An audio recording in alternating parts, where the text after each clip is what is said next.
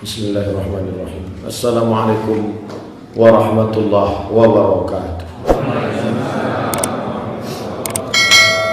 Alhamdulillah wassalatu wassalamu ala Rasulillah Sayyidina wa maulana Muhammad ibn Abdullah wa ala alihi wa sahbihi wa man tabi'ahu wa mawalah. Bapak-bapak, ibu-ibu, alim ulama, jadi pandai, ustaz-ustaz, tuan-tuan guru kita, yang besar tak dihimbau gelar, yang kecil tak disebut nama, insyaallah kita semua dimuliakan Allah Subhanahu wa taala.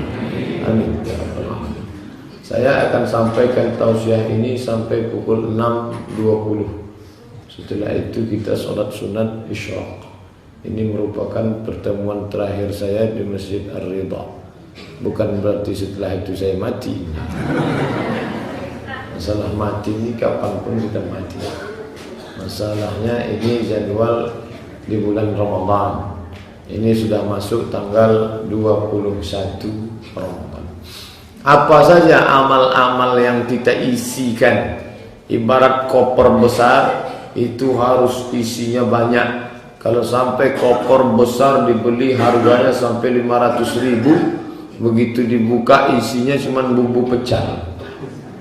Mau pergi ke Makkah 35 hari di Makkah, begitu dibuka tasnya tak ada apa-apa, mubazir itu. Maka Ramadan ini diisi dengan apa? Maka amal-amal diurutkan di ujung Ramadan ini, witirnya diisi pakai kunut.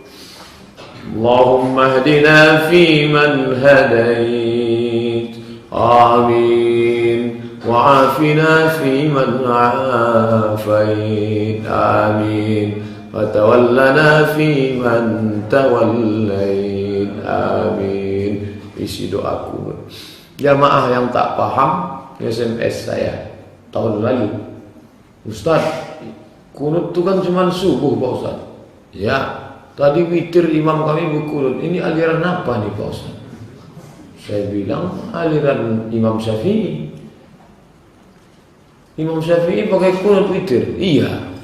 Sejak malam keberapa? Malam 15. Kalau dia tak berkunut, pakai witirnya tak ada kunut, itu berarti mazhab Maliki.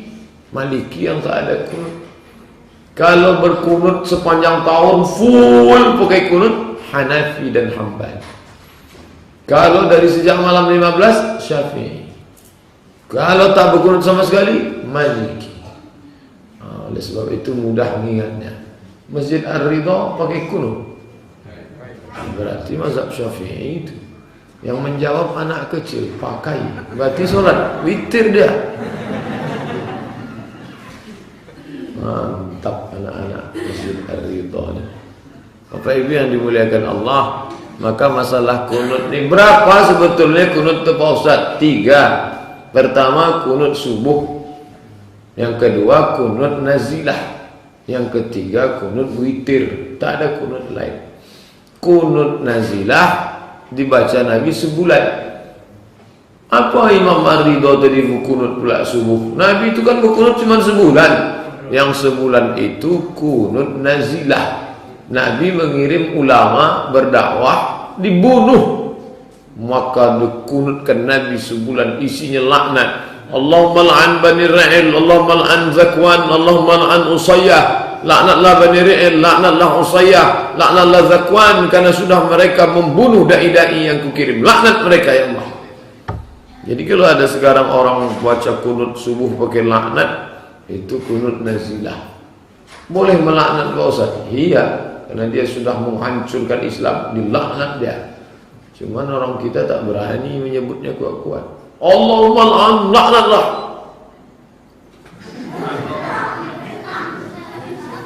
Siapa yang dilaknat tadi Pak Ustaz? Adalah. Kenapa tak disebutkan? Takutlah ditangkap. Oleh sebab itu maka kunut nazilah itu sebulan.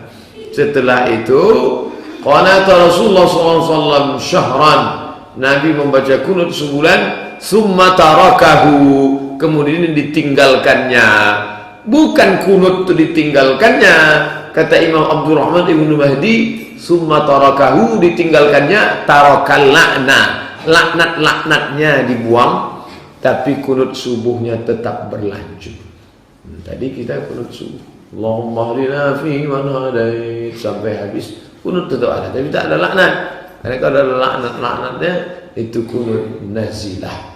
Kalau di Mesir kunut nazilah gimana Pak Ustaz? Oh, disebutkannya Allahumma la'an Amerika wa Eropa wa man walahum.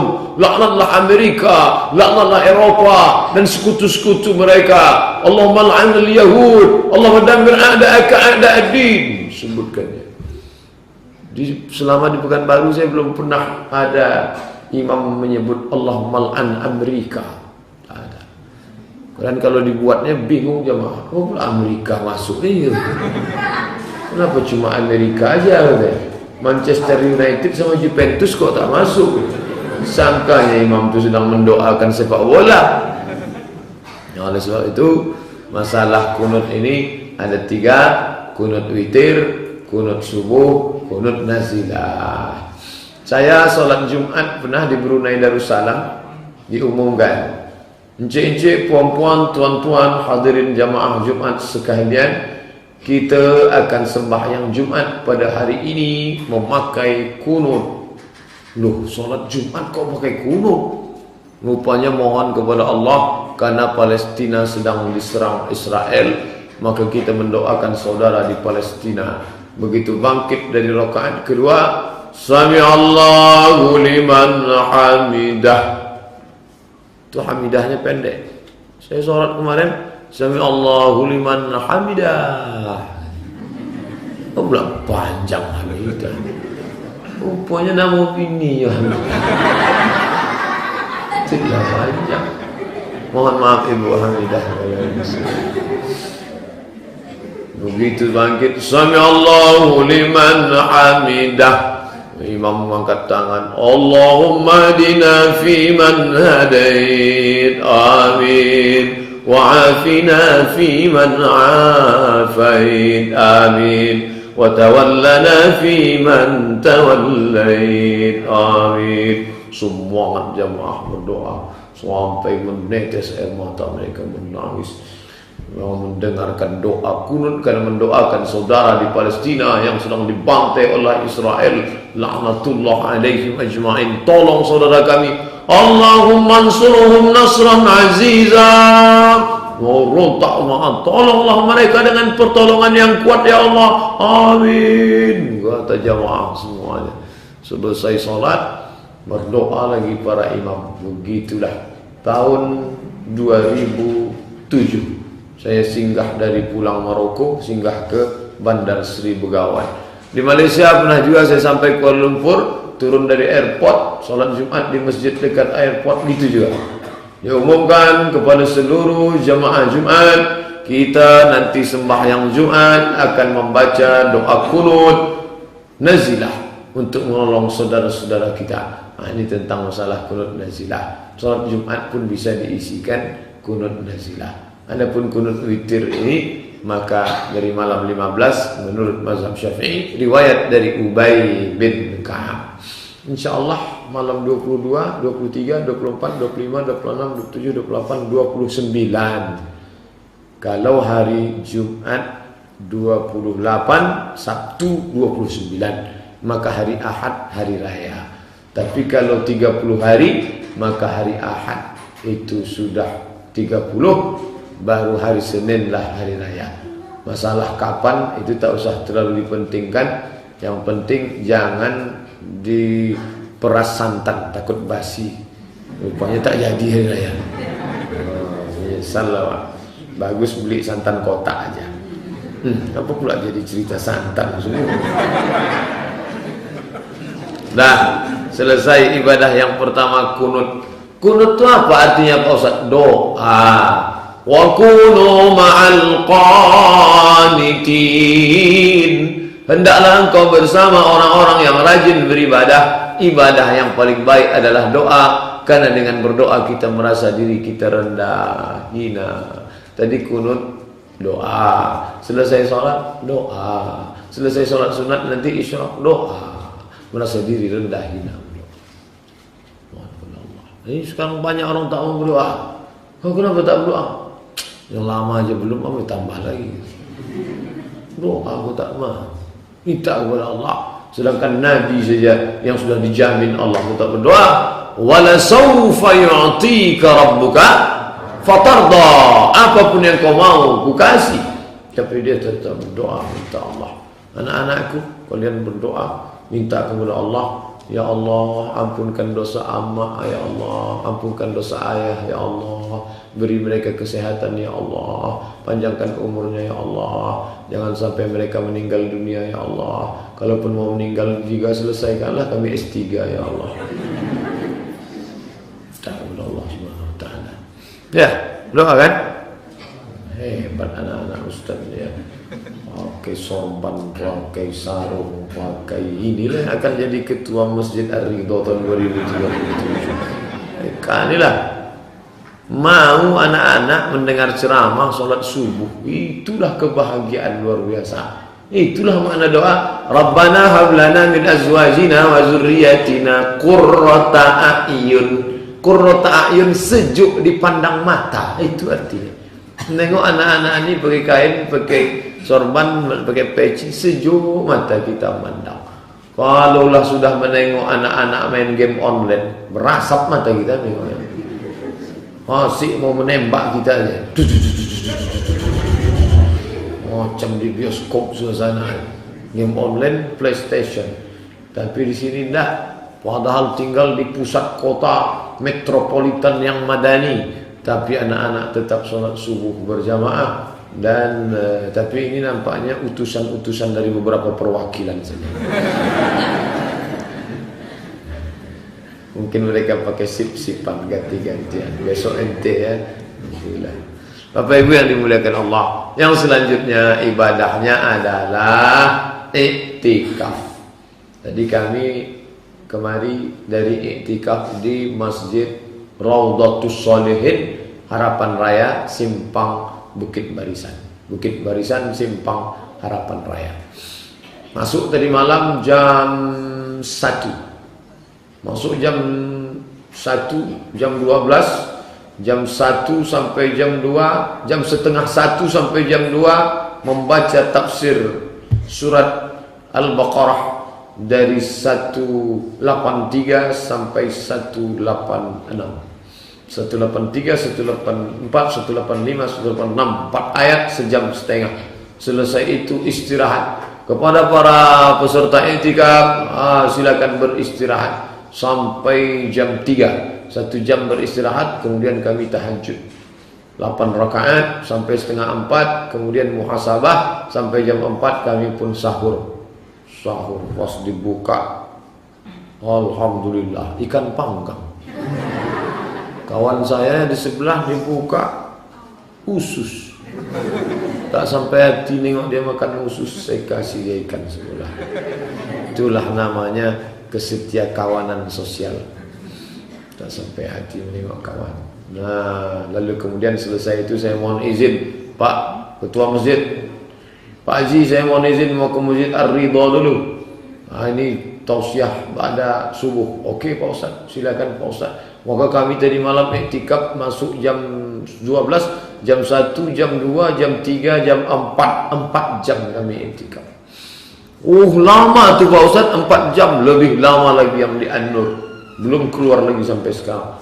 Pembimbingnya Dr. Mustafa Umar. Jadi tergantung pembimbing. Kalau pembimbingnya doktor lama. Kalau LCM 4 jam aja selesai. Sebetulnya berapa lama baru disebut iktikaf nih Pak Ustaz? Kalau mazhab Maliki lama, 12 jam siang, 12 jam malam, 24 jam baru disebut iktikaf. Kalau kurang dari 24 jam tak disebut iktikaf. Berarti Ustaz tadi 4 jam itu tak iktikaf? Enggak. Kalau menurut mazhab Maliki. Tapi kita pilih mazhab Syafi'i. Mazhab Syafi'i berapa lama? Lama sikit dari rukuk sudah dianggap iktikaf. Subhana rabbiyal azim wa bihamdi, subhana rabbiyal azim wa bihamdi, subhana rabbiyal azim wa bihamdi, subhana rabbiyal azim wa bihamdi, subhana rabbiyal azim wa bihamdi. Sudah iktikaf. Tapi jangan pula gara-gara itu masuk dia sebentar, belum balik. Udah aku iktikaf aja sebentar. Itu batas seminim sekejap-kejapnya iktikaf. Kalau gitu kami tadi masuk ke masjid ini jam 5 kurang Pak Ustaz. Sekarang sudah jam 6 kurang, sudah sejam bernilai iktikaf. Iya, niat iktikaf. Nawaitu sunnatal iktikaf lillahi ta'ala. Saya tak ada saya sebut di mulut Pak Ustaz. Di hati saja. Sah. Di hati cukup. Jadi tak semua disebut di mulut. Ada yang mesti di mulut. Akad nikah itu mesti di mulut. Pula akad nikah di hati. Suruh Pak Kuak, tolong sebutkan adik. Hai menantuku. Ya Pak, aku nikahkan engkau dengan mahar seperangkat al-salat dan kitab suci Al-Quran tunai. Diam aja dia. Kenapa kau diam? Kata Ustaz Somad, di hati aja cukup Pak. Nah, begitu. Ini dalam masalah ni ada yang mesti diucapkan, ada yang tidak. Masalah niat iktikaf diucapkannya di mulut bagus, tak diucapkannya di mulut dalam hati Allah Maha tahu. Nah, ini tentang masalah niat iktikaf. Setiap masuk masjid iktikaf. Nabi itu berapa jam iktikafnya Pak Ustaz?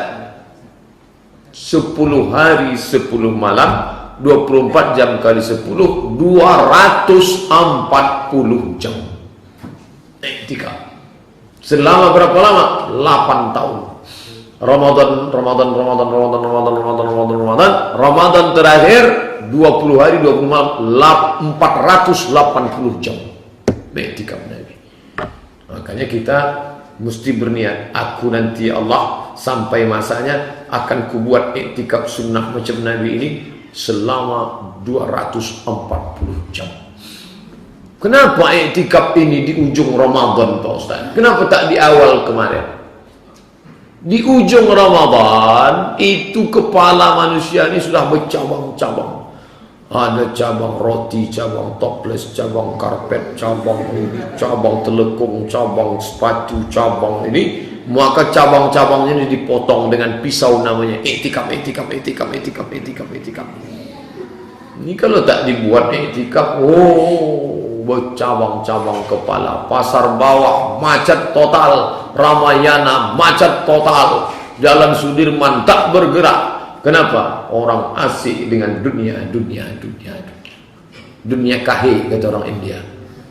Oleh sebab itu maka tinggalkan itu semua, pergi ke masjid iktikaf. Tak bisa siang malam. Ini hari Jumat, anak-anak tak lagi masuk sekolah, bisa iktikaf 3 hari full. Jumat, Sabtu, Ahad. Senin okey, tak hari libur. Hari Jumat, Sabtu, Ahad, anak-anak bawa semua. Bo, siapkan tas kita. Ya, pakaian. Ya, masalah makanan nanti kita minta kirim nasi bungkus. Bisa, jangan lupa catat nomor telepon nasi bungkus. Halo, assalamualaikum, waalaikumsalam, nasibungkus.com. Ya, bisa kirim, kami mau buka bersama. Ya, bawakan anduk kecil biar mudah nanti mandi di masjid. Ya, buku, masukkan tafsir agak 4 juz. Nanti papa mau baca tafsir di masjid. Sampai di masjid tengoklah, mana buku ayah tadi? Rupanya bantal. Kenapa tak dibaca Pak? Lupa bawa kacamata Pak Ustaz. Bapak Ibu yang dimuliakan Allah. Jadi selama iktikaf itu macam-macam bisa dibuat. HP mati, stop. Jangan iktikaf bawa HP. Masuk masjid cuma numpang pindah tempat, asik main HP.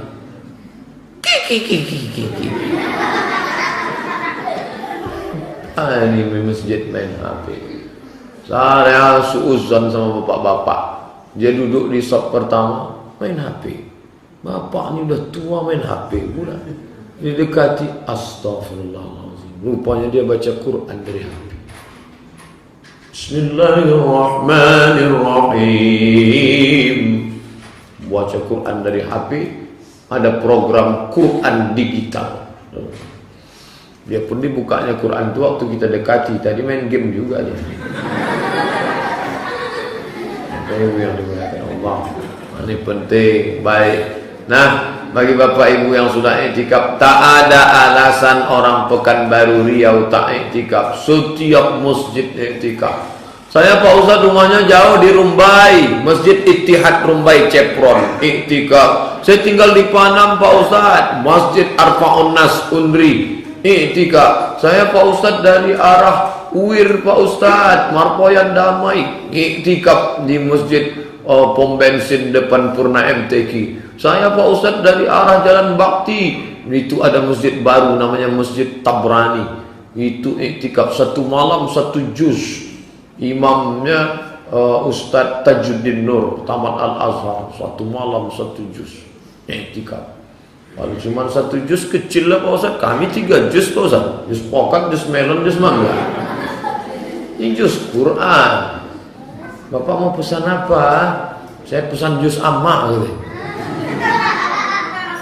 Oleh sebab itu ini penting. Kenapa?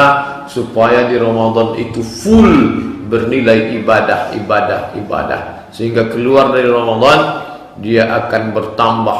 3 yang keluar dari Ramadan itu bertambah iman, bertambah amal, bertambah ilmu. Kenapa ilmu bertambah? Pengajian subuh di Masjid Ar-Ridha, pengajian zuhur di Masjid Ar-Rahman, pengajian sore dari RRI, pengajian malam di masjid lagi.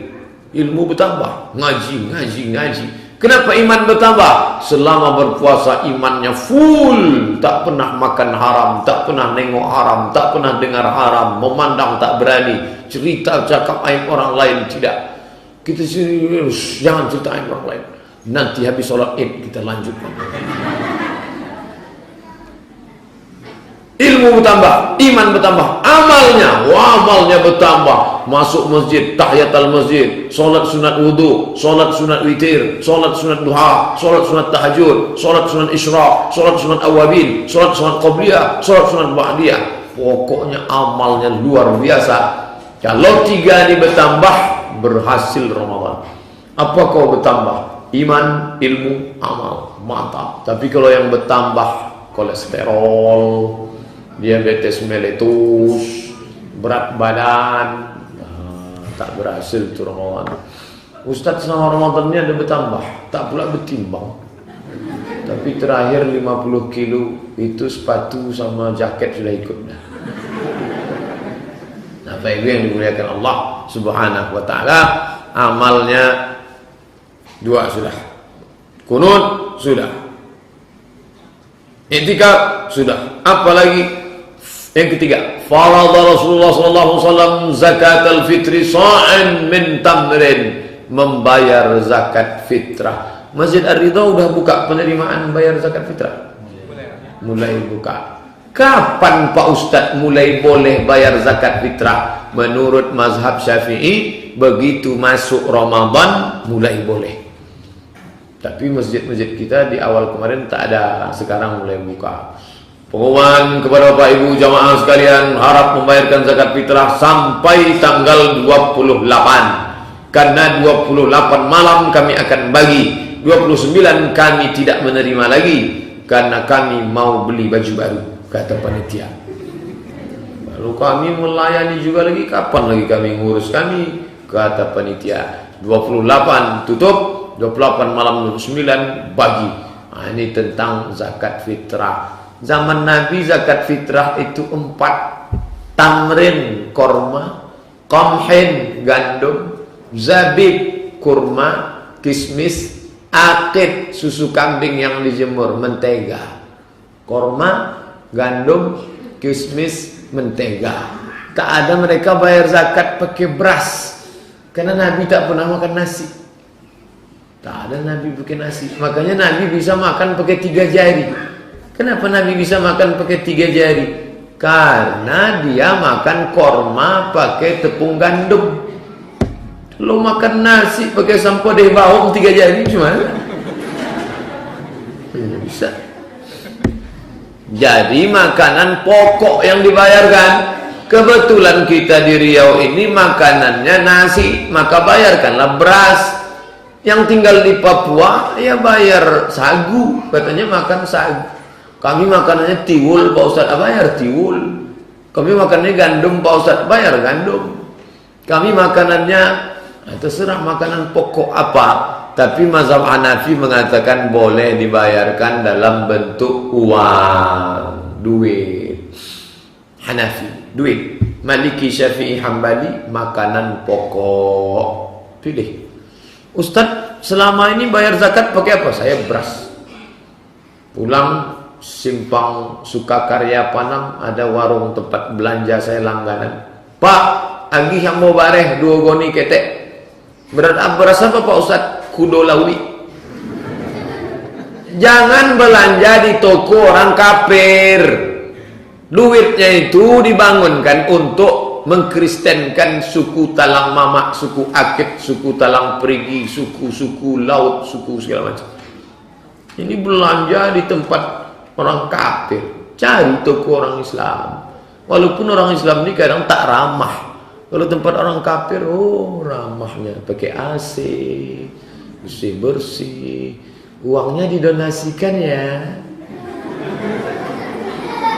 Orang Islam disapanya pun tidak juga. Beli apa? Di dalam hati, kau saudaraku, walaupun kau bentak-bentak, marah-marah, kau tetap saudaraku. Ku beli juga beras ini. Pak, beras 2 goni kecil, ya. Sampai rumah, jangan lupa plastik 10 Pak, ya. 500 je, ya. Iyalah Pak. Masukkan 3 kilo, 3 kilo, 3 kilo. Saya dari dulu zakat fitrah itu 3 kilo saya buat. Dari mana Ustaz buat 3 kilo? 1 sok. Saya tanya mahasiswa, tahu kalian 1 sok itu berapa? 50 kilo Pak, itu 1 sak. 1 sok 4 mut. 1 mut 7 on setengah, 7 on setengah, 7 on setengah, 7 on setengah, 3 kilo. Maka saya dari dulu 3 kilo. Tapi saya tak menyalahkan Kemenak yang membuat 2,5 kilo. Dia punya ukuran lain. Tapi bagi saya berlebih bagus, bernilai sedekah. Kurang tak boleh. Ini berlaku pada berat timbangan. Jangan pula zuhur ditambah 5 rakaat. Kenapa 5? Kata Ustaz lebih bagus. Itu tak betul. 3 kilo, 3 kilo, 3 kilo. Datang ke masjid. Pak Amil, ya, iko zakat ambo, iko zakat anak den, iko zakat bini den, iko zakat cipta den.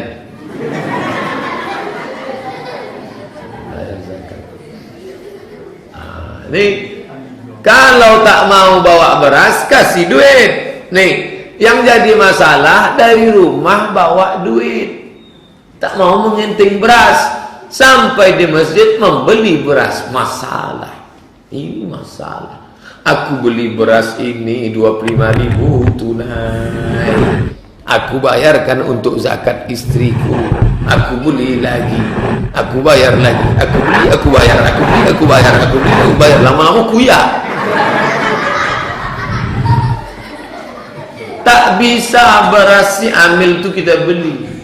Barang yang sudah dikasih, aku bayarkan zakat fitrahku tahun ini tunai. Maka itu sudah jadi punya fakir miskin. Si Amil tak boleh jual, kecuali Amil zakat itu memang agen tunggal Kudolawi. Dia memang tukang jual beras. Dibuatnya 1 bungkus 3 kilo, 3 kilo sebanyak 1000 bungkus. Siapa yang mau beli beras? Silakan. Itu bisa. Tapi kalau beras sebungkus itulah, maka jual belinya batal.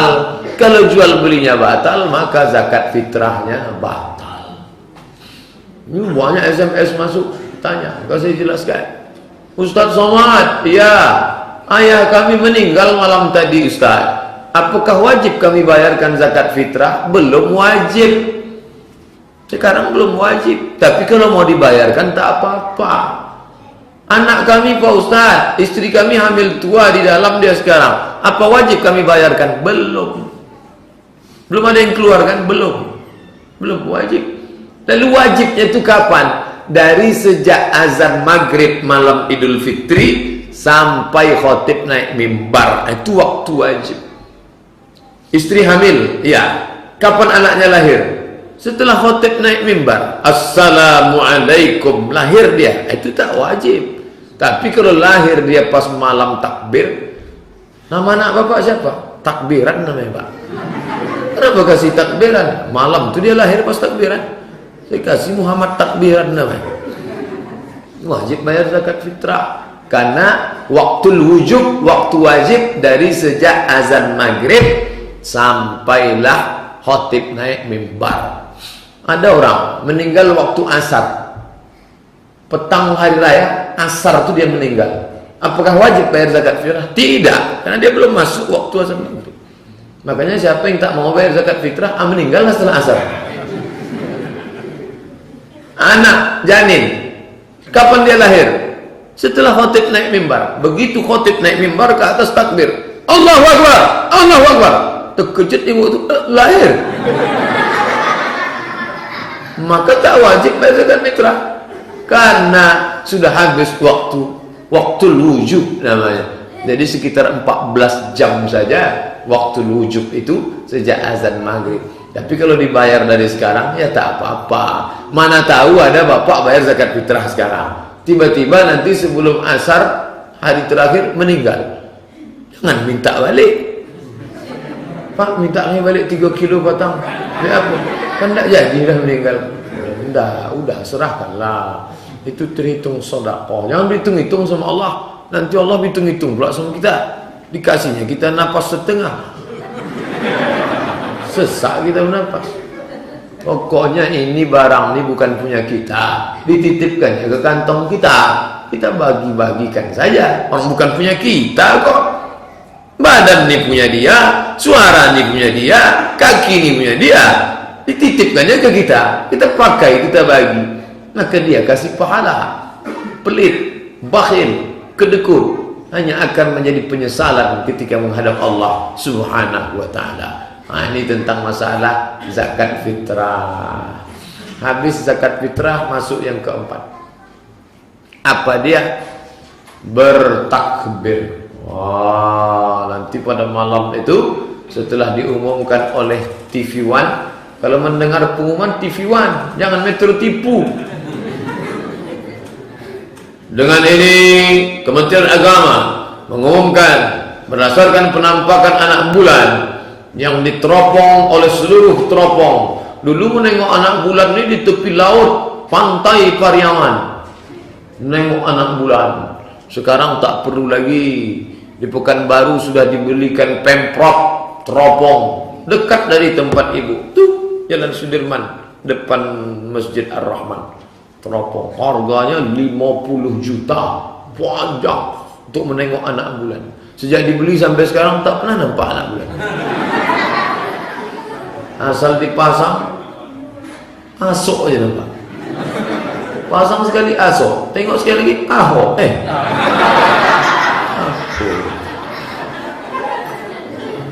Nah, oleh sebab itu maka menengok anak bulan itu, sudah nampak anak bulan, sumu li ru'yati, berpuasalah ketika menengok anak bulan, waftiru li ru'yati, berhari rayalah ketika sudah nampak anak bulan Syawal. Kalau bulannya itu bulat besar, namanya Badar. Kalau bulatnya macam sabit, namanya Hilal. Sudah jadi nama orang Pekanbaru, Pak Badar dan Pak Hilal. Kalau laki-laki Badarudin, kalau perempuan Badariyah. Tala'al badru alaina. Kenapa disebut Tala'al badru? Karena Muhammad sallallahu alaihi wasallam macam bulan purnama yang menerangi di tengah malam gelap jahiliyah, datang cahaya dia. Maka Nabi itu disebut Qomar. Qomar artinya bulan. Sudah jadi nama orang Pekanbaru. Siapa namanya? Qomarudin.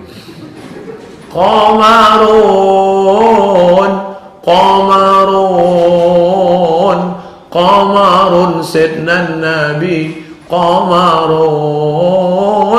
Nabi dianggap sebagai bulan yang menerangi alam semesta. Badar, hilal, qamar. Bulan besar Badar, bulan kecil hilal. Hilal itulah yang dicari-cari orang petang Syawal, mencari hilal.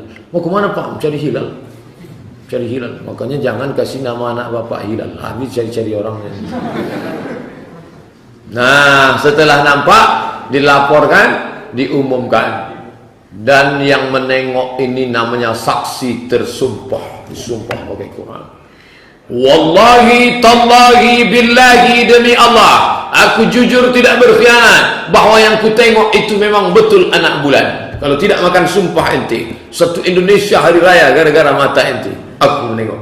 Dan diperiksa kejiwaannya. Jangan sampai dia senyum sendiri. memang betul-betul waras, orangnya sadar, sehat fisik, sehat mental, dan yang paling penting matanya tak sakit. Karena pernah ada mengaku menampak anak bulan, rupanya bulu mata gugur. Kata dia anak bulan, oh nampak gini bulan. Pas dia bilang, oh iya hilang. Betul. Maka setelah nampak anak bulan, bertakbirlah di masjid-masjid. Pak Camat, Pak Lurah kumpul semua depan kantor wali kota, melepas pawai takbir kota Pekanbaru dengan pemukulan beduk. Wah, takbir, Allahu Akbar. Anak-anak muda Pekanbaru naik mobil, ada yang memukul beduk tak ada drum minyak, klontang, meletup, rupanya lupa mengeluarkan minyak dari dalam. Jalan dari mulai depan kantor gubernur terus sampai terus Sudirman, sampai ke depan Pura FTQ, putar simpang airport, balik lagi. Ini ramai semuanya. Mobil pun bentuknya macam-macam. Ada mobil bentuk ikan hiu, ada bentuk pokok kelapa sawit, ada macam-macam semuanya, memeriahkan malam Idul Fitri. Jangan kasih anak gadis membonceng malam Idul Fitri. Itu anak siapa itu? Kok bisa dia keluar? Bapaknya mana? Ya, pergi sebentar ya, takbiran. Sama siapa? Takbir sama pacar. Tak boleh pacaran-pacaran. Ini pacaran syariah ya. Ada pula pacaran syariah, ada konvensional. Emang bank. Tak ada itu. Yang kalian pergi sebentar aja ya, cuma sekali putar aja di Sudirman. Tidak.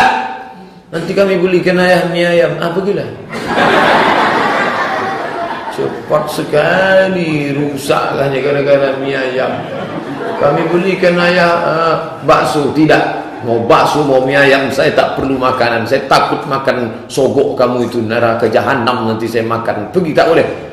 Sekali katakan tidak, tidak. Setahun sekali ya, setahun sekali pun tidak. Nanti setelah menikah baru boleh jalan bersama. Say no to boncengnya, bonceng-bonceng. Datang istrinya dari dapur, kasihlah bang, awak dulu lebih parah dari itu lagi. Itulah yang merusak.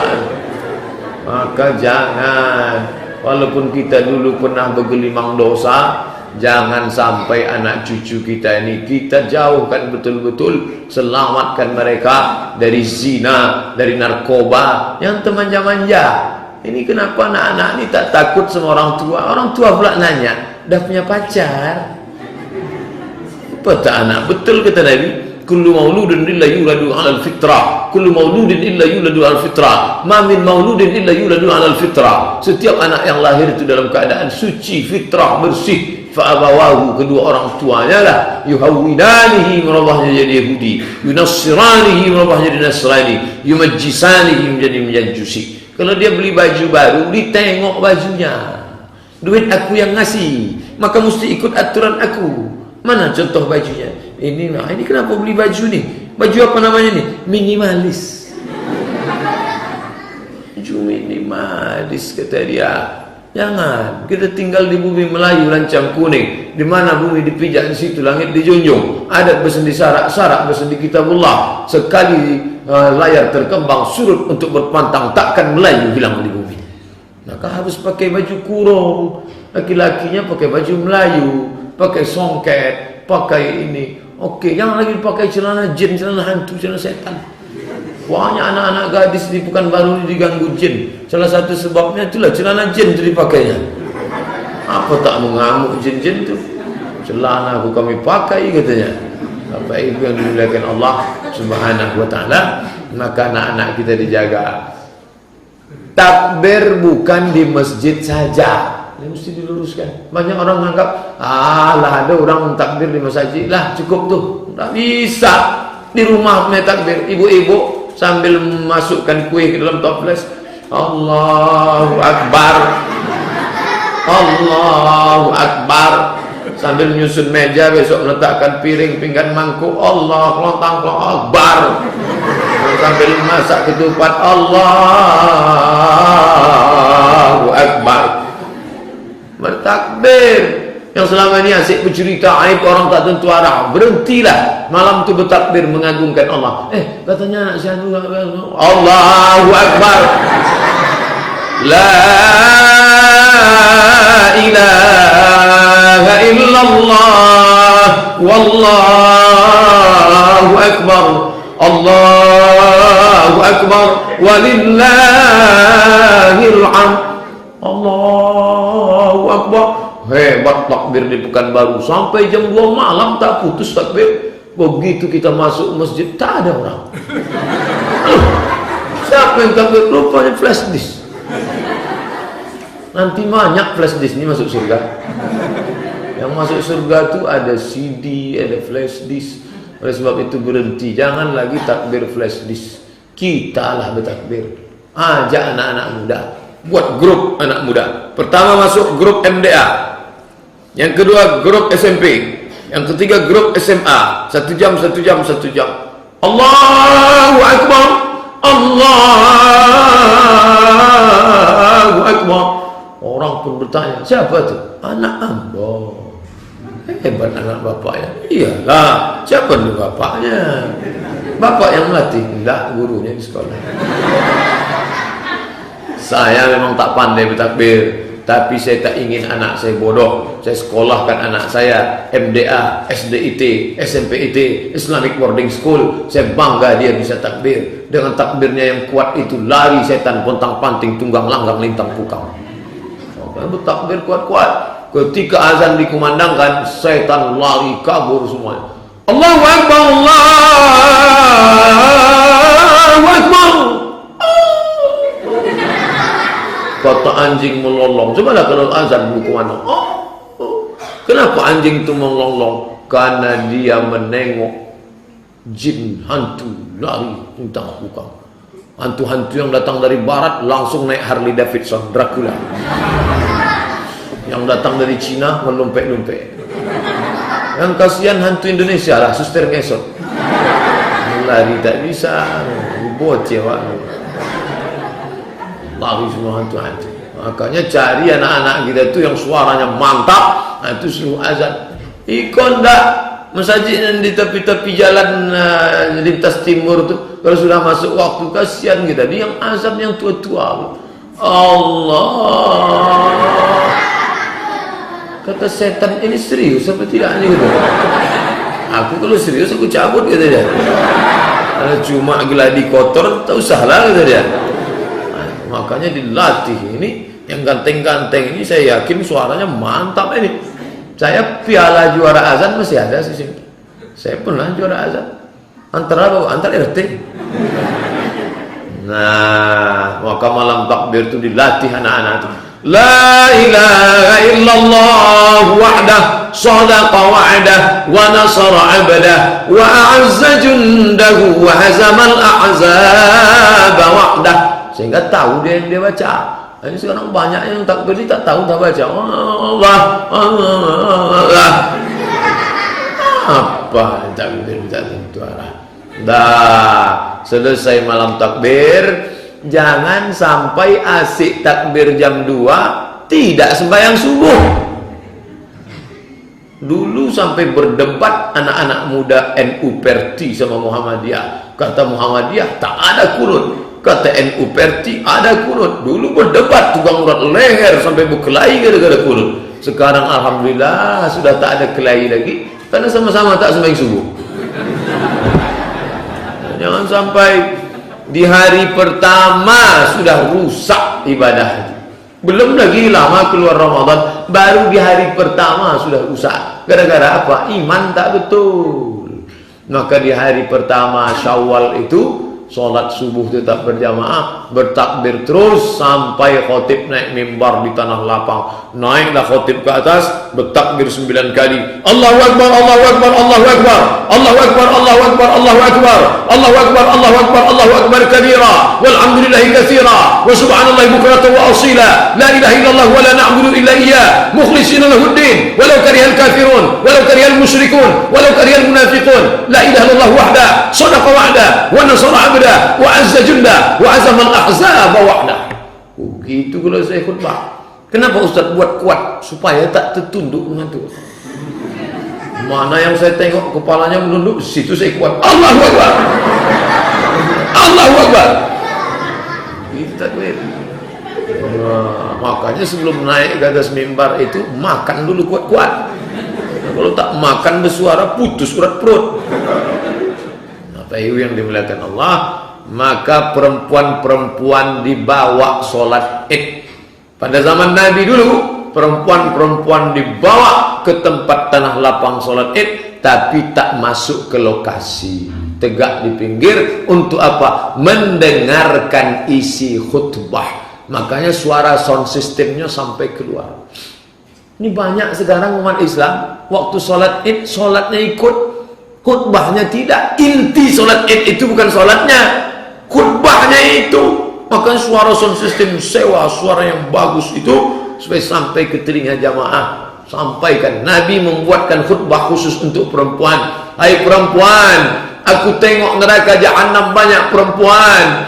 Bukan menghina perempuan itu artinya, karena memang umat ini paling banyak perempuan. Yang banyak sholat perempuan, yang banyak baca yasin perempuan, yang banyak di surga perempuan, yang banyak di neraka perempuan juga. Maka kalian selamatkan diri kalian, jangan kalian buka aurat, jaga anak-anak kalian, kata Nabi SAW. Setelah itu datang Bilal bin Abi Rabah membawa kain, dibuka kain, tasaddaqna, bersedekahlah kalian wahai perempuan. Dibukakan kain, Bilal bin Abi Rabah membawa kain panjang, perempuan-perempuan bersedekah, membuka cincin mereka, mereka buka gelang mereka, mereka buka bersedekah. Begitu sama Nabi. Sedekah hari raya, sedekah. Seandainya nanti tanggal 1 Syawal itu dibukakan kain, orang Pekanbaru bersedekah juga ibu-ibu. Waktu mau ini tengoknya mana cincin yang paling ketek. Nah, itulah. Gelang mana? Gelang masih sayang nantilah. Kalau dulu enggak, kasihnya semua bersedekah, karena ini tak akan dibawa mati. Bapak Ibu yang dimuliakan Allah, maka perempuan ini enggak. Begitu selesai khotib sholat, waktu khotib naik, orang dah tak lagi asik bercerita. Nanti jalan kemana? Asiklah menengok muka naik, cantik bunganya ya, ini bunga apa? Jangan diladeni. Ibu yang punya mukena, belilah yang wajar-wajar saja. Ini enggak, bunganya pakai gitu, ini ditimbang 5 kilo. Orang, jadi kalau ada yang nanya-nanya, tak usah dijawab. Cantik ya mbak ya, ini bunga apa? Bunga tai ayam. Kalau dijawab itu lah menyebabkan ngobrol lama, cerita segala macam. Nah, kalau berangkatnya dari jalan sini, pulangnya dari sini. Kalau datangnya dari sini, pulangnya dari sini. Supaya apa? Salaman sama orang berbeda.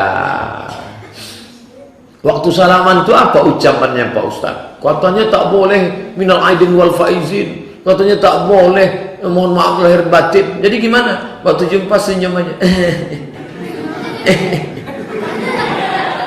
Itu kan doa.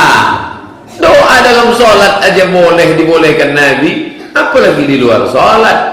Nabi sedang sholat, ada sahabat berdoa di belakang, Allahu Akbar kabira, walhamdulillahi katsira, wa subhanallahi bukratan wa asila. Selesai sholat Nabi tanya, siapa tadi yang baca doa Allahu Akbar kabira?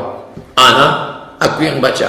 Apa kata Nabi? Ajib itu, aku ajib, kagum, amazing. Futihat abwabus sama, ku tengok terbuka pintu langit karena doa yang kau baca dalam sholat. Apalagi di luar sholat, ya tak apa-apa. Minal aidin wal faizin. Minal aidin, semoga kembali kepada fitrah kesucian. Wal faizin, semoga kembali menjalani kemenangan, menang melawan lapar, menang melawan minum, menang melawan hawa nafsu.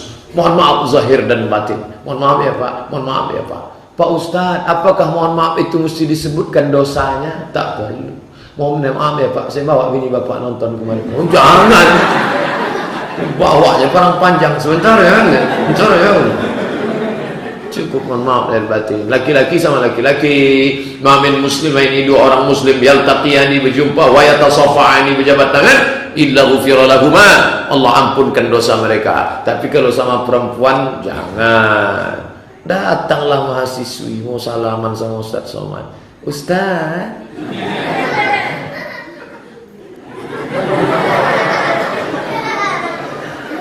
anak-anak Ustaz pula yang semangat. Ini serba salah nih anak gadis nih mau salaman. Nah dipegang haram. Ni ayyut'ina ala ra'si ahadikum, ditusukkan paku ke kepala kamu, khairun, lebih baik min antamussa yada mur'atin la tahillu lahu, lebih baik dicucukkan paku neraka ke kepala daripada menyentuh tangan perempuan yang tak mahram. Ustaz tahu itu, jadi mau dia pegang takut dia, mau tak dipegang ini mubazir. Untunglah ingat salam jurus dari jarak jauh.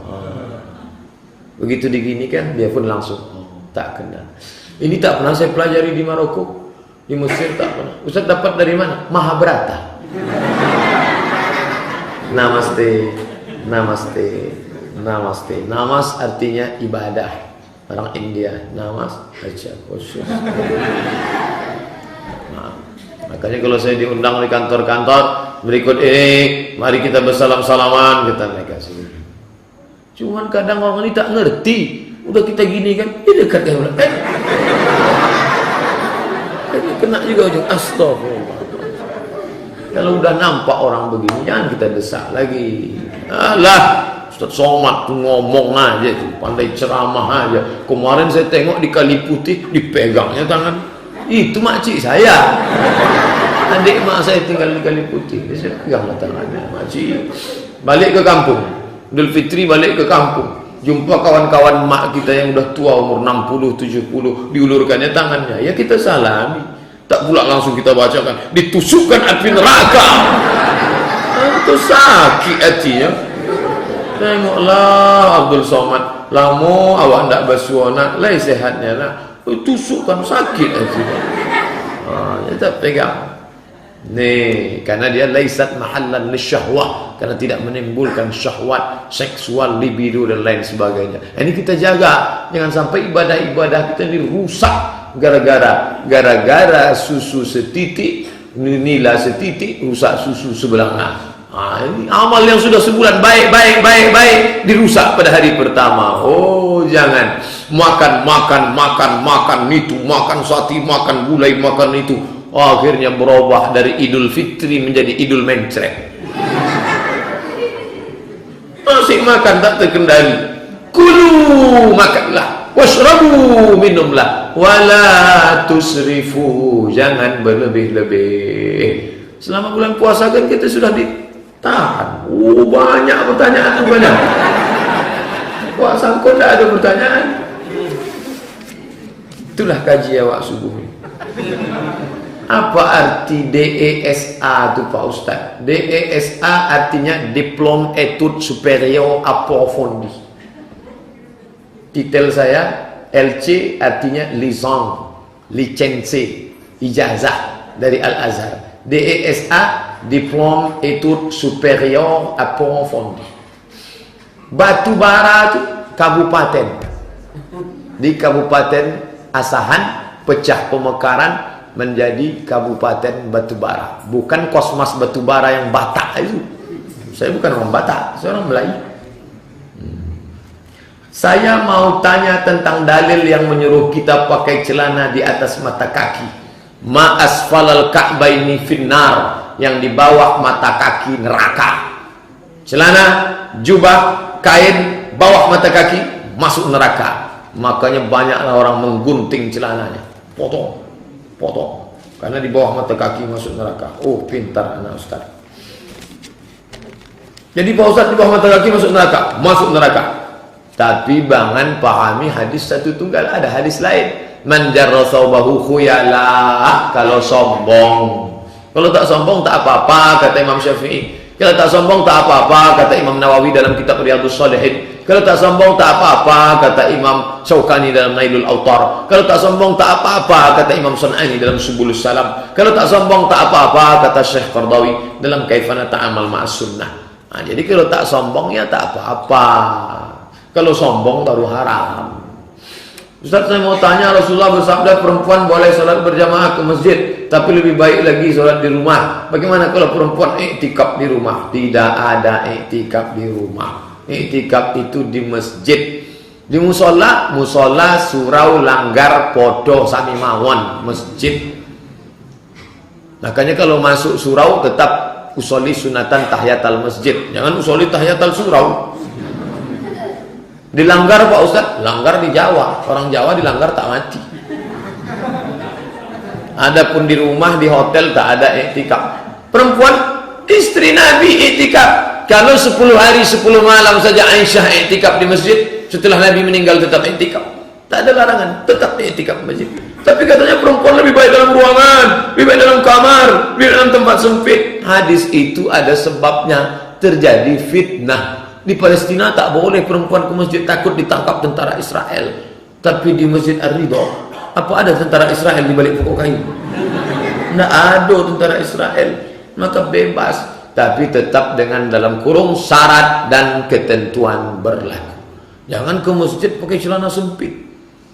Saya sholat di masjid depan Riau Pos. Begitu selesai sholat, keluar ibu-ibu pakai celana sempit. Hilang pahala sholat kita. Tak ditengok, awak mematuk. Boleh anak kecil di tengah saf sholat. Bapak-bapak, diletaknya anak kecil di tengah. Boleh apa tak boleh? Boleh. Tapi katanya anak kecil memutus saf. Anak kecil tidak memutus saf, syaratnya 2. Yang pertama, wuduknya sempurna. Yang kedua, ujung senapan sudah dipotong. Karena di balik itu ada najis. Kalau sudah berpotong, boleh. Anak-anak di Pekanbaru itu yang menyebabkan dia tak bisa. Karena rata-rata kalau di Jawa anak kecil akikah sekaligus sunat di Jawa. Kalau di Sumatera enggak, tamat SD baru bersunat. Itu pun lari pula dia. Akhirnya tamat SMA baru bersunat. Tak pula mungkin awak buat satu petugas di pintu membuka satu-satu.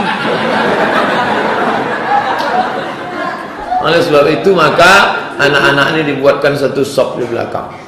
Satu sop. Diangkat satu Satpol PP penjaga anak-anak. Nih, sebagian kecil ada masjid setelah sholat Idul Fitri dia bertakbir. Oh, ini kejadian saya tahun lalu. Habis khatib naik mimbar tak ada takbir Idul Fitri. Salat zuhur lah saya di masjid. Selesai salat zuhur, imam bertakbir. Allahu Akbar. Makmum pandang-pandangan. Lupa. Takbir yang 4 hari itu Idul Adha. 10 seboleh, 2 boleh, 3 boleh. Adapun Idul Fitri asal habis dah. Kalau mau takbir sendirian di rumah tak apa-apa. Antara sholat Idul Fitri, Idul Adha di lapangan dan di masjid, mohon penjelasan Pak Ustadz. Karena Pekanbaru sudah banyak, Pekanbaru sholatnya di masjid. Mana yang paling bagus? Kata mazhab Syafi'i di masjid, karena masjid tempat paling suci. Kata Hanafi, Hambali, Maliki di tanah lapang, karena di tanah lapang banyak orang bisa ikut. Ustadz ikut yang mana? Tengok masjidnya. Kalau masjidnya Islamic Center Pasir Pangarayan Rokan Hulu, bagus di masjid. Karena masjid itu bisa menampung seluruh masjid yang ada, ditelannya semua masjid-masjid. Saking besarnya. Saya khotib di sana 2 tahun yang lalu. Waduh, macam di padang Arafah. Waduh, bisa. Tanah lapang bagus. Yang membuat di masjid boleh, di tanah lapang boleh. Yang penting syiarnya. Jangan sampai terlambat. Ini Idul Fitri pun masbuk. Parah aja Idul Fitri. Bagaimana pengertian sholat posisi lurus dan rapat? Luruskan shaf, rapat. Lurus artinya ini tepi sajadah, tumit. Ini tumit, ini tumit. Tumitnya rata. Tumit. Itu lurus. Tumitnya yang lurus. Adapun ujung kakinya tergantunglah. Kalau kakinya panjang. Tumit. Dah. Qadamun bi qadamin, mankibun bi mankibin. Bahu lengket dengan bahu. Kaki tak mesti lengket. Kalau bahu dengan bahu lengket tak apa-apa karena ada kain. Tapi kalau kaki nempel, kadang risih dia, apalagi kaki bergerak-gerak. Saya termasuk tak risih. Kalau ada orang menempel kaki saya diamkan aja. Tapi ada sebagian orang asal ditempel, digeser. Asal tempel, digeser. Kita khawatir dia preman baru tobat. Begitu digeser, alih pijangnya. Berkelahi buat tinju di masjid. Akhirnya urangan di luar masjid enggak lah. Dia apa orang tu bertinju? Di kaki, untung awak tak kau saja. Lanjutkan, apa balaan? Apa hukumnya meletakkan sutra di depan Pak Ustaz? Ini tempat sujud, ya, ambil tombak, letakkan setinggi lutut, letakkan di depan. Hukumnya sunnah, tidak wajib. Begitu dalam fatwa Mufti Saudi Arabia, Syekh Abdul Aziz bin Bas. Ada ulama yang mewajibkan, ada Syekh Albani, ikhtilaf Albani dengan bin Bas. Kata bin Bas tak wajib, kata Albani wajib. Makanya kalau ada orang sholat meletakkan batu kayu depan sutra tinggi setinggi lutut, artinya kalau dia sholat tak boleh dilewati dari tempat itu. Kalau ada orang lewat, cuma orang Pekanbaru tak paham semuanya. Begitu ada orang lewat kita gini, disalaminya pula. Dah lama tak suruh Ustaz saya. Kalau ada orang gini itu artinya jangan dilewati. Kalau kau gini kan jangan lewat.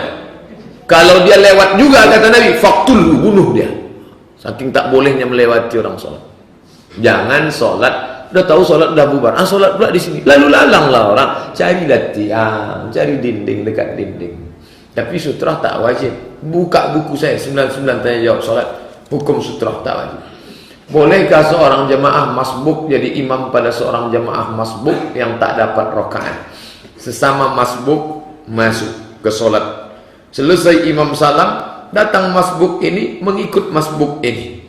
Padahal kaedahnya sesama masbuk dilarang saling mendahului. Apa ada ini? Ada mazhab Hambali. Dua orang sama-sama masbuk, selesai imam salam, masbuk ini mengikut masbuk ini. Mereka menjadi berjamaah, bukan solat sendiri-sendiri. Mazhab Hambali saja. Mazhab Syafi'i, Maliki, Hanafi tak ada. Pada hari kiamat Al-Quran diangkat ke langit. Mohon penjelasannya Pak Ustaz. Pada hari kiamat Al-Quran diangkat ke langit. Bukan pada hari kiamat, di akhir zaman. Sayati zamanun ala ummati, akan datang suatu zaman pada umatku, la yabqa minal islami illa ismuh wala yabqa minal qur'ani illa rasmuh. Islam hanya tinggal nama, Quran hanya tinggal tulisan, tidak diamalkan orang. Itu maknanya. Bukan Quran dinaik ke atas. Quran ada, tulisannya ada, kaligrafinya ada, cantik, tapi tak ini contoh. Ini ayat. Coba tengok ayat. Yarfa'illahu alladhina amanu minkum walladhina utul ilma darajat. Orang berilmu diangkat beberapa darajat, dimuliakan orang berilmu. Sekarang orang berilmu, begitu dibuka pendaftaran Gojek, berapa sarjana yang ikut, menyedihkan. Bukan Gojek itu hina, tak hina, tapi sarjana kita tak dihormati, tak dimuliakan. Pulang Abdul Somad membawa 2 ijazah, LC Al-Azhar, DESA Maroko, Diplom Etudes Superior Approfondi. Tak ada penghormatan orang, tak ada, tak dimuliakan. Ini maknanya. Ayatnya ada, tapi nilai Quran sudah terangkat. Setelah salat maghrib melakukan salat sunat 6 rakaat. Apakah dosa-dosa kita ke depan diampuni? Namanya salat sunat awabin. Ada ustaz melarang, katanya hadis ini dhaif. Hadis dhaif awabin, hadis mursal. Mursal artinya sahabat nabinya tak ada, dari tabi'in langsung melompat ke nabi. Hadis ini boleh diamalkan karena cukup 5 syarat. Bukan dalam masalah akidah, bukan dalam masalah halal haram. Tidak ada periwayatnya yang kazab pendusta. Dia pula masih bernaung di bawah hadis sahih. Dan untuk fadail a'mal, sehari maghrib ke isya, solat 6 rakaat, namanya solat sunat awabin. Solat awabin itu berapa Pak Ustaz? 2. Awabin malam dari maghrib ke isya. Awabin siang ketika panas terik, anak onta tak bisa menempel perutnya ke lantai. Maka kata Nabi, hadis riwayat Muslim, salatul awabin hina tarmidul fisal. Salat awabin ketika panas terik, jam 11, jam 12, 15 menit sebelum azan zuhur, stop, tak boleh salat sunat lagi. Adakah ketentuan nominal harta bagi seorang yang mau bayar zakat? 85 gram emas. Ingat, 85, 85, 85, 85, 85, 85. Jangan keluar dari sini berubah jadi 58.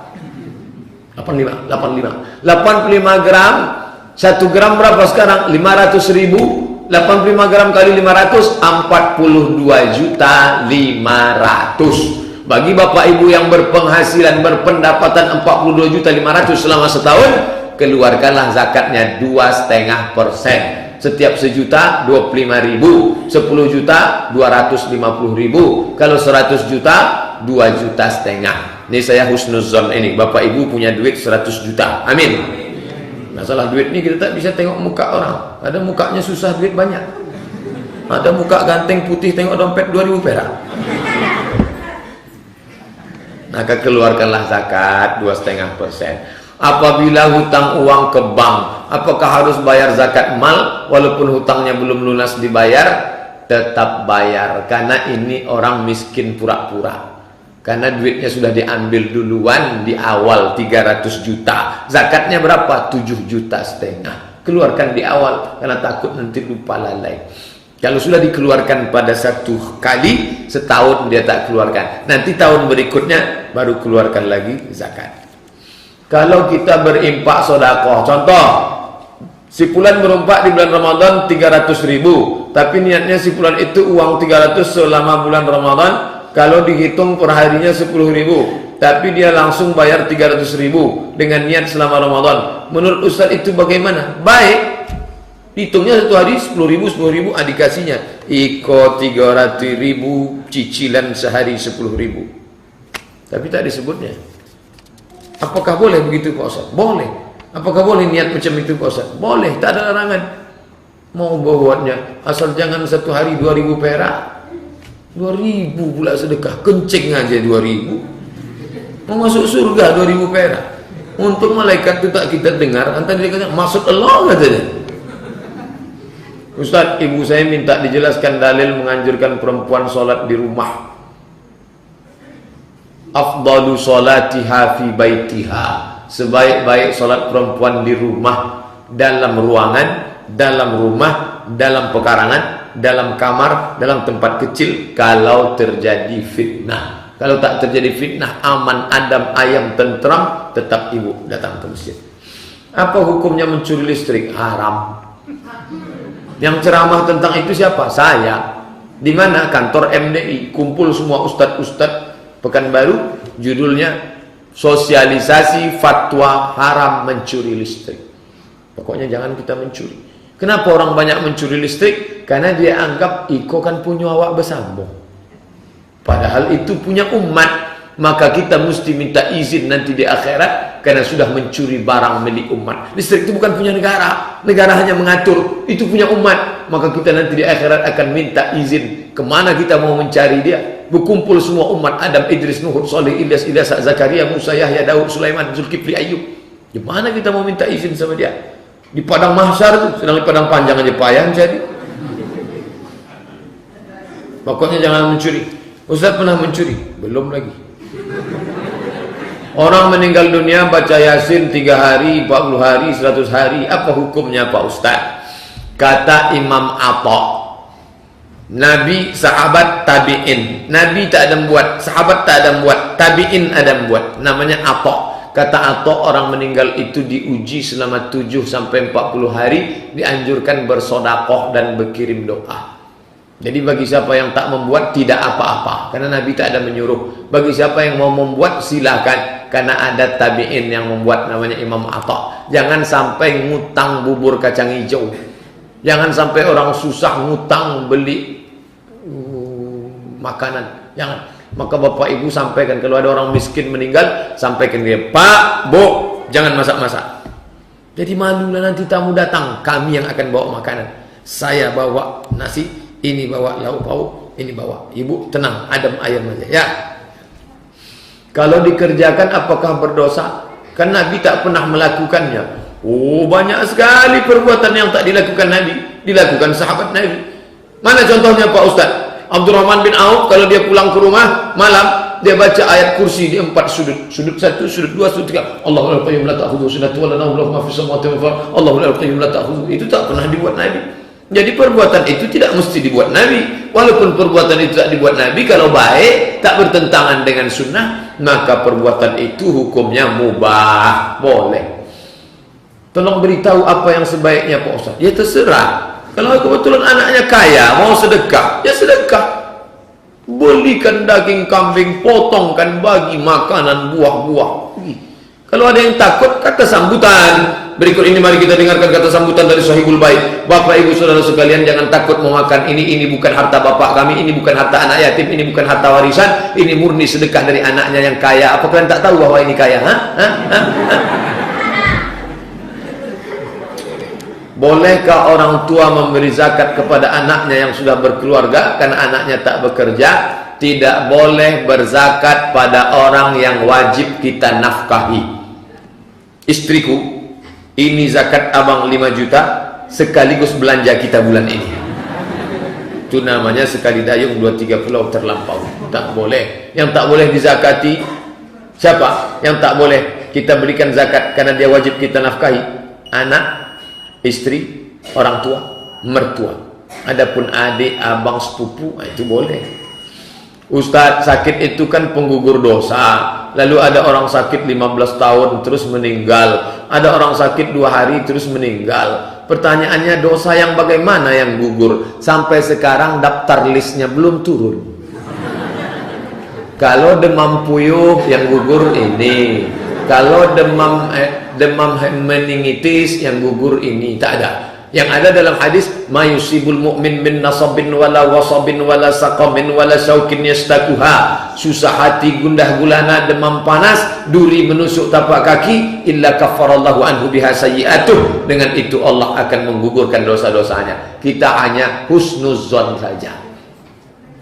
Mudah-mudahan dihapuskan Allah dosa kepada Allah. Adapun hutang piutang tidak lunas. Jangan pula, kamu kenapa tak bayar hutang sama saya? Udah sakit aku kemarin 2 bulan, nampaknya lunas itu semua. Di bulan Ramadan, jika kita laki-laki mimpi basah lalu tahunya mimpi itu pas mau sahur, mandi wajibnya sebelum sahur atau boleh ketika mau sholat subuh? Kalau orang masuk dalam waktu azan subuh dalam keadaan junub, apakah junubnya karena mimpi, apakah junubnya karena maaf cakap berhubungan, maka puasanya sah. Hadis Sahih Bukhari. Saya ulang sekali lagi, kalau ada orang masuk waktu azan subuh dalam keadaan junub, maka puasanya tetap sah, dengan syarat junubnya sebelum subuh, bukan sesudah subuh. Bagaimana kalau anak mau masuk sekolah, yang tidak bisa masuk sekolah itu tapi minta bantu kepada orang agar bisa masuk sekolah tersebut? Ar-rashi wal murtashi, la'ana Rasulullah ar-rashi wal murtashi. Allah melaknat yang menyogok dan yang disogok. Enggak ada ngasih-ngasih duit Pak Ustadz, cuman faktor kenalan saja. Sama, karena tetangga, karena orang sekampung, akhirnya dia menggeser orang yang baik-baik, padahal mestinya yang lulus itu anak orang, tapi karena ini tergeserlah anak orang. Ingat, dakwatul mazlum la turad, doa orang teraniaya tak ditolak. Saya sampai sekarang belum pernah mendatangi pejabat, Pak tolonglah ini anak keponakan saya mau masuk. Gara-gara itu tergeser, habis amal saya. Ittaquz zulma, jangan zalimi orang lain. Fa inna zulma zulumatun yaumal qiyamah, karena kezaliman akan menjadi kegelapan pada hari kiamat. Asuransi jiwa, apa hukumnya Pak Ustadz? Asuransi terbagi kepada 3, kata Syekh Ali Jum'ah Mufti Mesir. Yang pertama haram, karena di dalamnya ada unsur gambling, judi. Yang kedua halal, karena di dalamnya ada unsur tolong menolong. Yang ketiga, tengok perusahaannya, apakah dia profit atau non profit. Maka pilihlah antara 3 fatwa ini dalam Fatwa Mu'asirah Syekh Ali Jum'ah Mufti Mesir. Kertas terakhir, saya mau tanya tentang dalil yang menyuruh memakai. Udah tadi ini. Terima kasih. Itulah kaji kita subuh ini. Mudah-mudahan ada manfaatnya. Akhirnya saya ucapkan selamat menunaikan puasa Ramadan dan selamat menempuh bulan suci, bulan mulia Syawal. Mohon maaf zahir dan batin. Taqabbalallahu minna wa minkum taqabbal ya karim. Wassalamualaikum warahmatullahi wabarakatuh.